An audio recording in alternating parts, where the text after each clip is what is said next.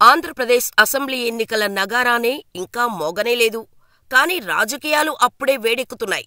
ఏపీలో అధికార పార్టీ వైసీపీని దించాలన్న లక్ష్యంతో ముందుకు సాగుతున్నాయి ప్రతిపక్ష పార్టీలు. వచ్చే ఎన్నికల్లో చంద్రబాబు నేతృత్వంలోని టీడీపీ, పవన్ కళ్యాణ్ నేతృత్వంలోని జనసేన పొత్తు పెట్టుకుని ముందుకు సాగుతున్న సంగతి విదితమే. ఈ నేపథ్యంలో కొన్ని నియోజకవర్గాల్లో పోటీ చేసే అభ్యర్థుల తొలి జాబితాను ఉమ్మడిగా విడుదల చేశారు ఇరు పార్టీ అధినేతలు. పొత్తులో భాగంగా ఏ నియోజకవర్గాల్లో ఎవరు పోటీ చేస్తారో అనే ఆసక్తి నెలకొంది. ఇందులో భాగంగా చాలామంది చూపు గుడివాడ మీద పడింది. ఒకప్పటి టీడీపీ కంచుకోట అయిన ఈ నియోజకవర్గం గత 2 పర్యాయాలు వైసీపీ హస్తగతమైంది. తిరిగి ఈ స్థానాన్ని దక్కించుకోవాలని తీవ్ర ప్రయత్నాలు చేస్తోంది సైకిల్ పార్టీ. గుడివాడ నియోజకవర్గం అనగానే ముందుగా గుర్తుకు వచ్చే పేరు కొడాలి నాని. 2004 నుండి ఎమ్మెల్యేగా, తిరుగులేని నేతగా ఆ నియోజకవర్గంలో పాతుకుపోయిన కొడాలి నానిపై పోటీకి ఎవరిని దింపుతారా అన్న ఆసక్తి నెలకొంది. చివరకు గుడివాడ టీడీపీ ఇన్ఛార్జ్ వెనిగండ్ల రాము పేరును ఖరారు చేశారు. సాధారణంగా కొడాలి నాని అక్కడి ప్రజల్లో విశేషమైన ఆదరణ కలిగిన నేత. ఆయన టీడీపీలోనే కాదు, పార్టీ మారి వైసీపీలోకి వెళ్లినా కూడా ఆయనకు ప్రజలు ఎమ్మెల్యే పదవిని కట్టబెట్టారు. ఎందుకంటే గుడివాడ అభివృద్ధిని, విశేష సేవలందించటంతో పాటు ప్రజలతో మమేకమైన నేత కావటంతో 2004 నుండి 2019 వరకు ఆయనకే పట్టం కట్టారు. 4 పర్యాయాలు ఆయన్ను ఎమ్మెల్యేగా గుడివాడ ప్రజలు గెలిపించారంటే ఆయనపై వారికున్న నమ్మకమే. ప్రజలకు అందుబాటులో ఉంటూ, వారి సమస్యలు వింటూ, అక్కడ ప్రాంతానికి అభివృద్ధికి విశేషమైన కృషి చేస్తున్నారు. అక్కడ ఆయన తప్ప మరో బలమైన నాయకుడు లేరని దీన్ని బట్టే అర్థమవుతోంది. అక్కడ ఆయనకు క్యాడర్ కూడా బలంగా ఉంది.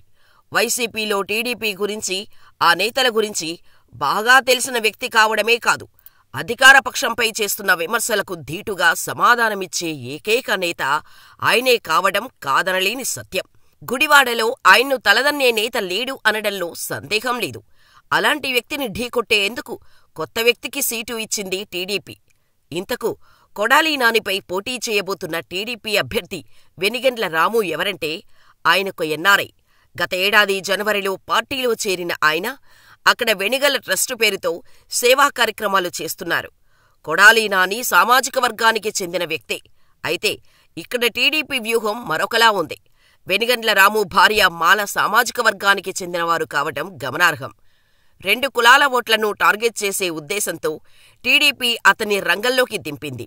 అయితే 2 దశాబ్దాల పాటు ఓటమి ఎరుగని నాయకుడిగా మారిన కొడాలి నానిపై టీడీపీ అన్న ట్యాగ్ తప్ప ఆయనకంటూ సొంత క్యాడర్ లేని రాము పోటీ చేయడం చూస్తుంటే వార్ వన్ సైడ్ డిసైడ్ అయినట్టు కనిపిస్తోంది.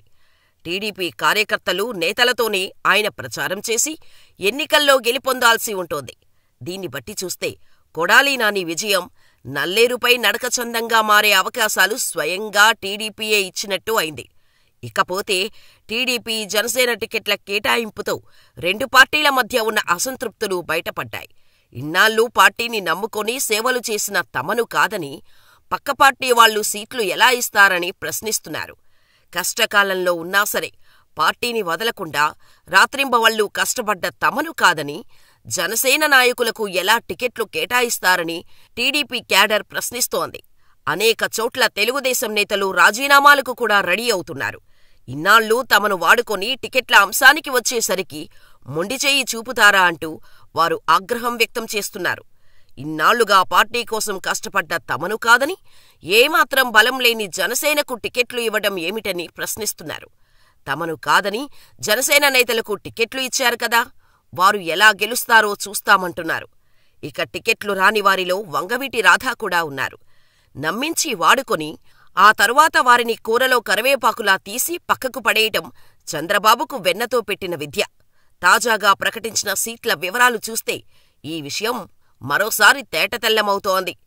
బాబు ఇలా నమ్మించి ఆఖరి నిమిషంలో హ్యాండ్ ఇచ్చిన వారిలో వంగవీటి రాధా కూడా ఉన్నారు. విజయవాడ సెంట్రల్ టికెట్టుపై ఆశలు పెట్టుకున్న వంగవీటి రాధకు చంద్రబాబు ముఖం చాటేశారు. ఇటీవల లోకేష్ పాదయాత్రలో రాధా ఇమేజ్ను వాడుకున్న చంద్రబాబు తాజాగా సీట్ల కేటాయింపు విషయానికి వచ్చేసరికి ఆయనకు చెయ్యిచ్చారు.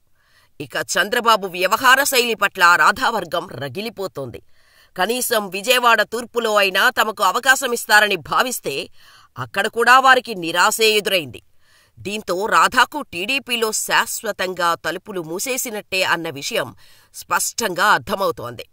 విజయవాడలో మంచి పట్టు ఉన్న వంగవీటి కుటుంబాన్ని చంద్రబాబు తన అవసరాల మేరకు వాడుకుని ఆ తర్వాత కూరలో కరివేపాకులా తీసిపడేశారని ఆయన అనుచరులు ఆగ్రహావేశాలు వ్యక్తం చేస్తున్నారు. విజయవాడ తూర్పులో అంబశెట్టి వాసు, బత్తిన రాములు జనసేన తరపున టికెట్ ఆశించారు. ఇక తాజాగా వెల్లడించిన టికెట్ల ప్రకటన వారి ఆశలపై కూడా నీళ్లు చల్లింది. మరోసారి చంద్రబాబు కాపులను మోసం చేశారని వారు మండిపడుతున్నారు. చంద్రబాబు, పవన్లకు ఎన్నికల్లో తగిన విధంగా బుద్ధి చెబుతామని హెచ్చరిస్తున్నారు. మరి మీరేమంటారు?